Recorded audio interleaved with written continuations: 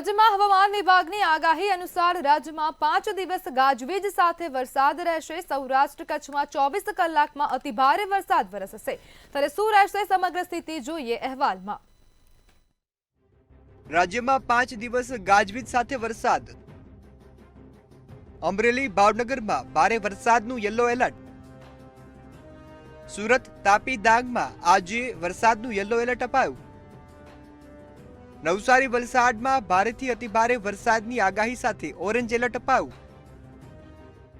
અમદાવાદ ગાંધીનગર અને વડોદરામાં સામાન્ય વરસાદ। ખેડા નડિયાદ આણંદમાં પણ સામાન્ય વરસાદ રહેશે। બનાસકાંઠા સાબરકાંઠા અરવલ્લીમાં મધ્યમ વરસાદ રહેશે। પંચમહાલ મહેસાણામાં પણ મધ્યમ વરસાદ રહેશે। પાલનપુર અને પાટણમાં મધ્યમ વરસાદ રહેશે। રાજકોટ ભાવનગર જૂનાગઢમાં પણ મધ્યમ વરસાદ રહેશે। સુરેન્દ્રનગર દ્વારકા અને પોરબંદરમાં પણ મધ્યમ વરસાદ।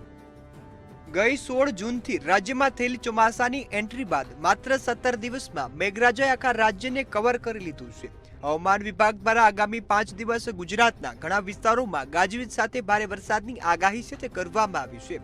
હાલમાં 3 સિસ્ટમ સક્રિય થવાને કારણે રાજ્યભરમાં ભારે વરસાદની આગાહી કરવામાં આવી છે। 5 દિવસ માછીમારોને દરિયો ન ખેડવા સૂચના આપવામાં આવી છે।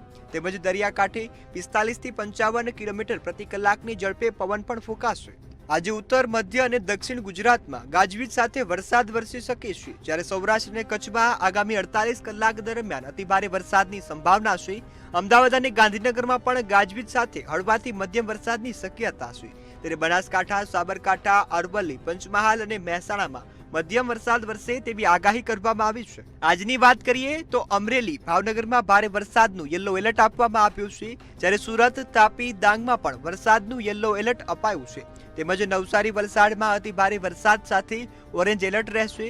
અનેક જગ્યાએ વરસાદને પગલે પાણી ભરાવાની સ્થિતિ પણ સર્જાઈ શકે છે, જેના કારણે લોકોને ભારે હાલાકી ભોગવવાનો વારો આવ્યો છે। તો બીજી તરફ વરસાદથી વાતાવરણમાં ઠંડક પ્રસરી છે।